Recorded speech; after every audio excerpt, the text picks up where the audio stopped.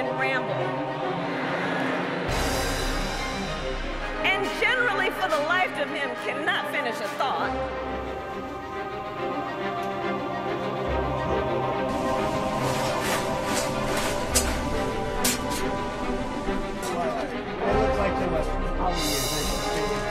Something wrong with her, too. She's slow, low IQ, something. I don't know what the hell it is, but they lie.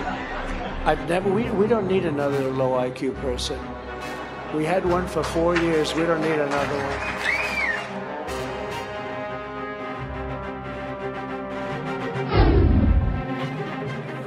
자, 지금 막판이라서 승부가 어떻게 될까 이거 궁금한데 베팅 사이트는 트럼프, 여론조사는 해리스인가? 뭔가 좀 엇갈리게 나오나 본데요. 지금 방금 들으셨지만 상대 후보를 향해 거의 인신공격성 비판을 하고 있잖아요, 지금요.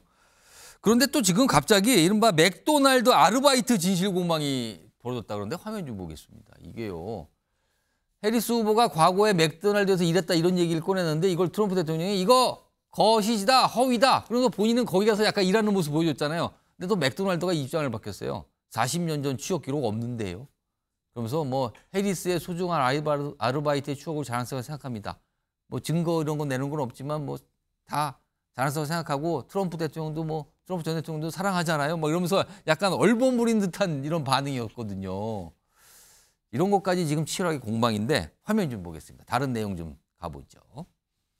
지금 영국의 이코노미스트 잡지잖아요. 여기서 이런 예측을 했는데 당선 확률. 트럼프 전 대통령, 트럼프 후보가 54%로 앞섭니다, 지금요.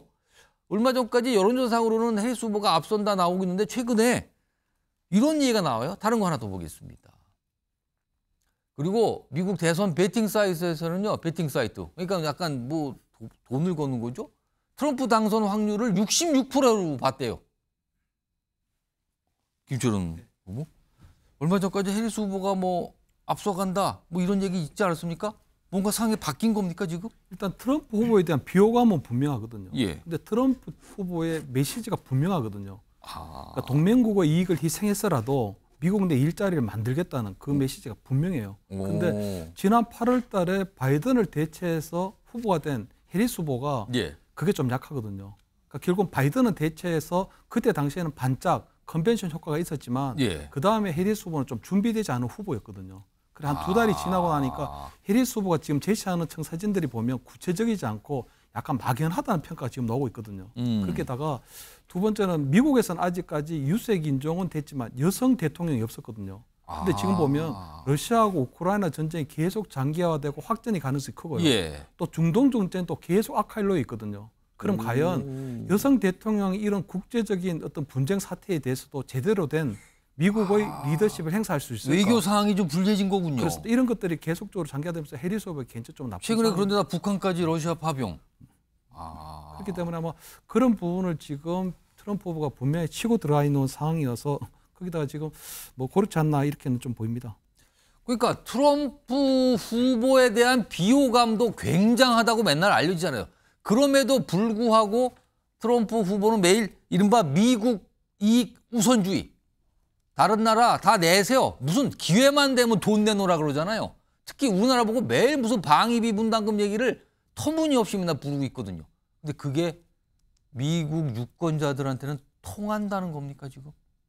지금 뭔가 트럼프 대통령 쪽으로 이른바 배팅 사이트들이 트럼프 후보 쪽으로 높게 지금 확률을 주고 있는 상황이거든요. 김종욱 행정관. 네. 그럼 가정을 지금 만약에 트럼프 후보가 다시 대통령이 되는 거예요. 그럼 두 번째 대통령이 되는 거잖아요. 네.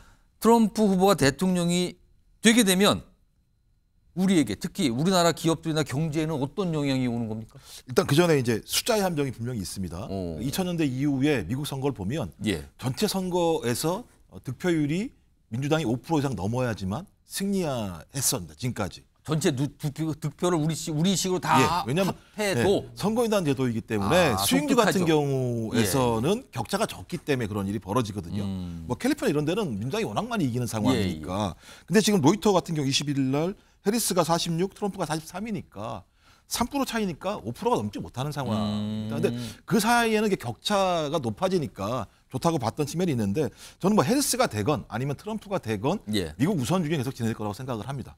대신 이제 트럼프가 됐을 때 말씀하신 것처럼 어떻게 되는 겁니까? 일단 저희가 지금 그 주한미군 주둔 분담금을 1조 6천억 정도 이제 내년에 예. 낼 건데 13조를 얘기하지 않습니까? 거의 10배를 불렀어요. 네, 지금. 그러니까 제가 볼 땐 적어도 3조 사서 때려버릴 거란 말이에요. 그러면 2배 이상 오른다고 생각을 하면 우리 예산에서 그게 나갈 수밖에 없는 상황이라는 예. 측면에서 그래서 우리 방위비가 증가할 수밖에 없다는 측면 하나 하고 또 하나는 이제 미국 우선주의 핵심이 이 글로벌 공급망을 미국으로 가져오는 거거든요. 그럼 우리 산업에 중요한 게 반도체가 20% 정도 자재 수출해서 그다음에 전기차 이런 거 되게 중요한데 예. 이 부분과 관련해서 아마 중국 시장과 더 많이 유리될 가능성이 높고 또 그다음에 반도체 같은 경우는 지금 미국이 일본을 중심으로 좀 재배치하는 측면들이 있기 때문에 한국이 배후지가 될 수 있는 가능성도 꽤 농후해지는 상황이 벌어지게 됩니다. 그렇게 되면 우리 경제의 볼륨이 줄어들 수밖에 없겠죠. 그리고 다 미국으로 들어간다는 거죠 지금 그 맞죠? 기업들이나 공장들이. 왜냐면 미국 우선주의라고 하는 건 모든 공급망의 중심을 미국으로 가져오려고 하는 거니까요. 그다음 거기다가 또 이제 문제는 예. 트럼프가 되면 북한에 대해서 핵무기 가진 김정은과 잘 지내는 건 좋은 일이라고 얘기를 해버렸어요. 그러니까 사실상의 핵보유국을 인정해 버린 거예요. 너희들 더 이상 안 만들면 같이 잘 지낼 수 있다고 얘기했기 때문에 우리 정부의 외교 정책과 상당히 큰 차이가 나는 우리의 상황입니다. 지금까지 기조와 완전 달라지는 거 예, 아닙니까? 그렇게 되면 오히려 트럼프 행정부하에서는 한국이 외교적으로 고립될 수 있는 측면이 있는 거죠. 그렇다면 말씀하신 것처럼 방위비 증가하죠. 그다음에 경제적으로 축소되죠. 그다음에 안보적으로 고립될 수밖에 없는 상황이기 때문에 저는 지금이라도 다른 문제는 다 떠나더라도 예. 여야가 예. 이 문제만큼 머리를 맞대고 어떻게 할 것인가라고 하는 대책들을 세워내지 않는다면 그 피해는 누가 보느냐? 국민이 보는 거예요. 그래서 상당히 좀 저희가 위태로운 11월, 뭐 이재명 당대표 이런 걸 얘기하기를 떠나서 좀 위태로운 11월을 맞고 있다라고 생각을 해야 될 것 같습니다. 트럼프 후보하면 대통령실에 예측 불허의 정치인 뭐 이런 얘기까지 따라 붙는데 지금 확률이 높아지고 있다는 얘기가 나오고 있습니다.